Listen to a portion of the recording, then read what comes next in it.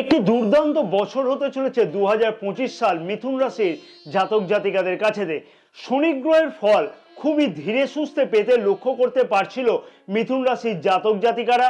দেবগুরু বৃহস্পতিকে সব থেকে শুভ কারক গ্রহ হিসেবে আমরা বিচার করে থাকি। আর ভাগ্যের পেছনে কিন্তু দৌড়তে হবে না মিথুন রাশির জাতক জাতিকাদের এই সময় থেকে। বেকার যুবক যুবতীরা অনেক প্রচেষ্টা করছে, কাজের জন্য দৌড়াদৌড়ি করছে, নতুন ইন্টারভিউয়ের জন্য, নতুন কাজের আশাতে বুক বেঁধে প্রতিদিন দৌড়াদৌড়ির ফলেতে স্বপ্ন হয়তো ভঙ্গ হতে লক্ষ্য করা যাচ্ছিল অনেক সময়তেই। আর স্বপ্নভঙ্গের পালা কিন্তু নয়। যে সকল জাতক জাতিকারা কর্মক্ষেত্রের সাথে সাথে নতুন কোনো ব্যবসা শুরু করতে চাইছে, পুরনো পার্টনারশিপ ব্যবসাতে অশান্তি চলছিল, নতুন পার্টনারশিপ ব্যবসা শুরু করতে চাইছে, কাজের চাপ একটু বৃদ্ধি পেলে সেইটাকে অ্যাকসেপ্ট করে নেওয়াটা উচিত হবে। করব ভাব, এইরকম মনোভাব কিন্তু মন থেকে একদমই পরিত্যাগ করে চলা উচিত হবে বছরের এই সময় থেকে।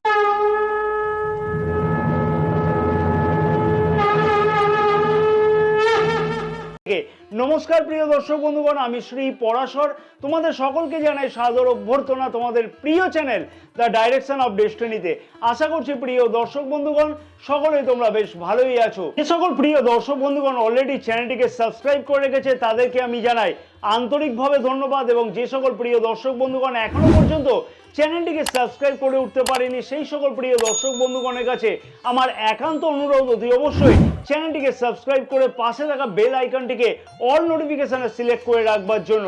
এবং যে সকল প্রিয় দর্শক বন্ধুগণ ফেসবুক পেজেতে এই বিশেষ ভিডিওটি দেখছে সেই সকল প্রিয় দর্শক বন্ধুগণের উদ্দেশ্যে আমার একান্ত অনুরোধ থাকলে অতি অবশ্যই পেজটিকে ফলো করে রাখবার জন্য, ভিডিওটি লাইক ও শেয়ার করবার জন্য, এবং আমাদের অতি অবশ্যই ইউটিউব চ্যানেলটিকে সাবস্ক্রাইব করে রাখবার জন্য। এবং যে সকল প্রিয় দর্শক বন্ধুগণ নিজেদের হরোস্কোপ বিচার করাতে চাইছে সেই সকল প্রিয় দর্শক বন্ধুগণের উদ্দেশ্যে বলবো যে স্ক্রিনে যে নাম্বার দেওয়া আছে সেই নাম্বারেতে হোয়াটসঅ্যাপের মারফতে অ্যাপয়েন্টমেন্ট বুকিং করাতে পারো। একটি দুর্দান্ত বছর হতে চলেছে 2025 সাল মিথুন রাশির জাতক জাতিকাদের কাছে।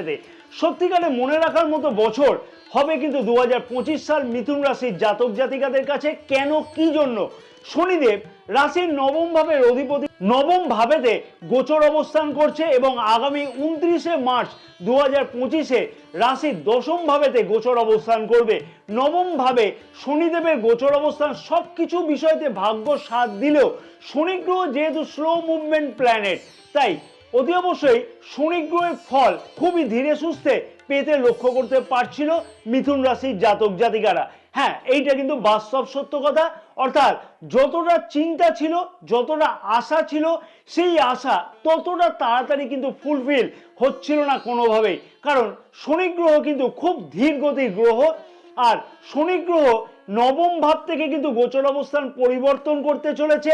ভাগ্য ক্ষেত্রেতে দুর্দান্ত পরিবর্তন মিথুন রাশির জাতক জাতিকারা অতি অবশ্যই 29শে মার্চ থেকে কিন্তু লক্ষ্য করতে পারবে। আর তার গ্যারেন্টি কে দিচ্ছে জানো?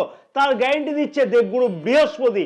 14ই মে 2025 দেবগুরু বৃহস্পতি রাশির সপ্তম এবং দশম ভাবের অধিপতি রাশির প্রথম ভাবেতে গোচর অবস্থান করবে এবং রাশির নবম ভাবে নবম গোচর দৃষ্টি, অমৃত গোচর দৃষ্টি থাকবে দেবগুরু বৃহস্পতি। আর দেবগুরু বৃহস্পতিকে সব থেকে শুভ কারক গ্রহ হিসেবে বিচার করা হয়ে থাকে জ্যোতিষশাস্ত্রতে।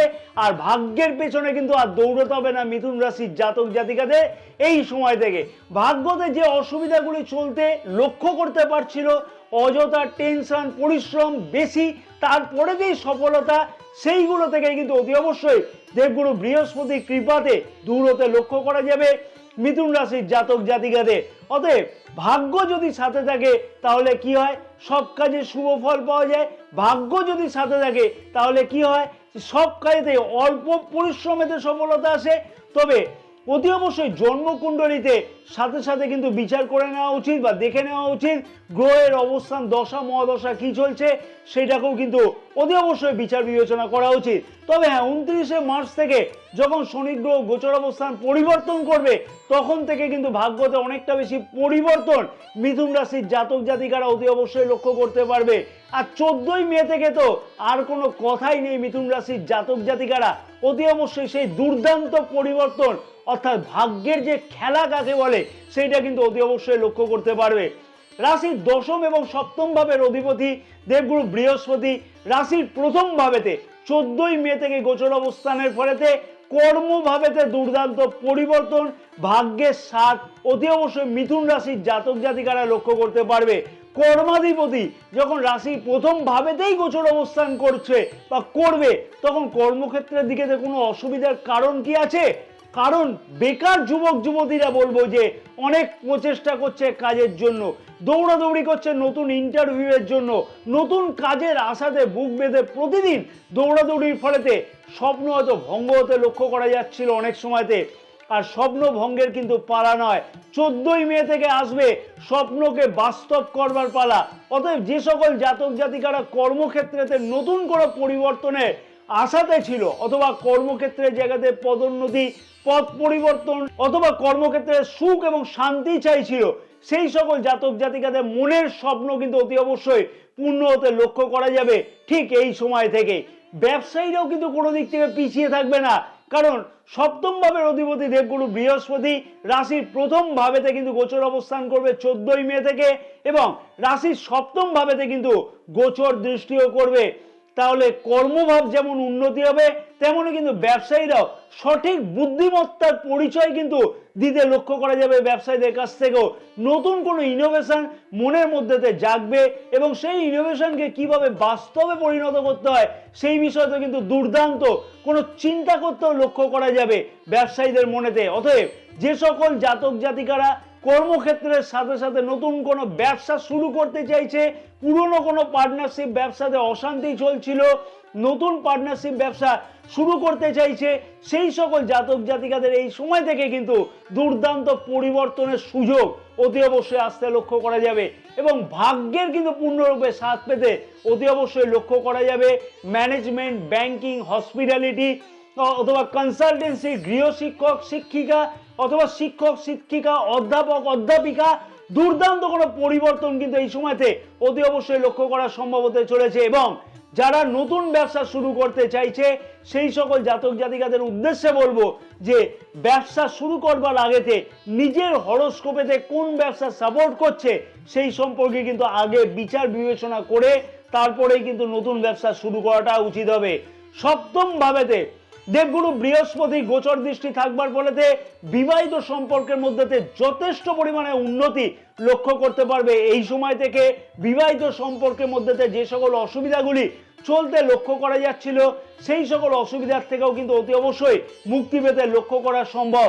অবিবাহিত যুবক যুবতীদের বিবাহের কথাবার্তা কিন্তু ফাইনাল হতেও লক্ষ্য করা যাবে যদি সঠিকভাবে এর মধ্যে কিন্তু প্রচেষ্টা করা যায়। তবে মিথুন রাশির জাতক জাতিকাদের উদ্দেশ্যে বলবো, যেহেতু রাশির দশম ভাবেতে শনি গ্রহ 29শে মার্চ 2025 থেকে গোচর অবস্থান করবে, তাই কর্মক্ষেত্রের জায়গাতে কিন্তু খানিকটা অলসতা পরিত্যাগ করে চলাটা উচিত হবে। অলসতা আসতে লক্ষ্য করা যাবে, কাজের চাপ একটু বেশি বৃদ্ধি পেল তাকে কিন্তু অ্যাকসেপ্ট করাটা উচিত হবে।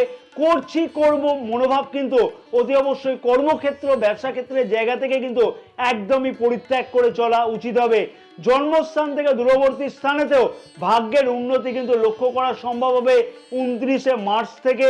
যে সকল জাতক জাতিকারা বিদেশে কর্মরত তাদের ক্ষেত্রেতে বিশেষ কিছু উন্নতির যোগ কিন্তু লক্ষ্য করা যাচ্ছে, যেমন তেমনই কিন্তু এমএনসি কোম্পানিতে জয়েন করবার স্বপ্ন কিন্তু পূর্ণ হতে চলেছে 29শে মার্চ থেকে। রাহু গ্রহের গোচর দৃষ্টি কিন্তু 18ই মে থেকে রাশির প্রথম ভাবেতে থাকবে, কারণ 18ই মে থেকে রাহু গ্রহ গোচর অবস্থান পরিবর্তন করে রাশির নবম ভাবেতে গোচর অবস্থান করবে। রাশির প্রথম ভাবেতে রাহু গ্রহে গোচর দৃষ্টি থাকবার ফলেতে খানিকটা বিচলিত মনোভাব কিন্তু মাঝে মধ্যে লক্ষ্য করা যাবে। সেই বিষয়টাকে কিন্তু অতি অবশ্যই মিথুন রাশির জাতক জাতিকাদের কন্ট্রোলে রাখাটা উচিত হবে। তবে যেহেতু রাশির প্রথম ভাবেতে দেবগুরু বৃহস্পতি গোচর অবস্থান করবে, তাই অতি অবশ্যই সেই জায়গাটা কিন্তু অনেকটাই কন্ট্রোলে আনাটা সম্ভব হবে।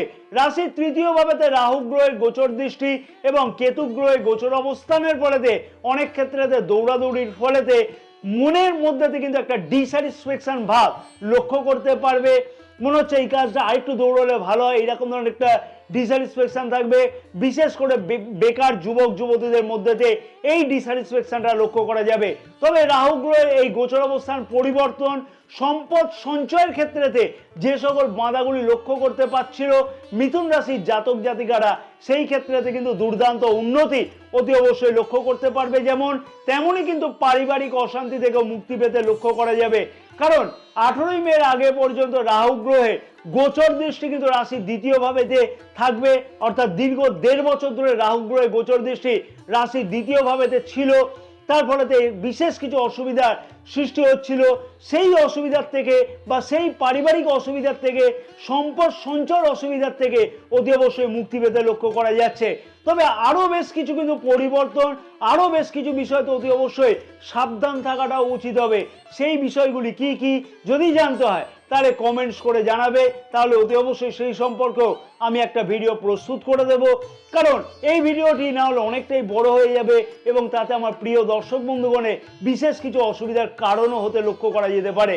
জয় মা তারা, সকলে ভালো থেকো।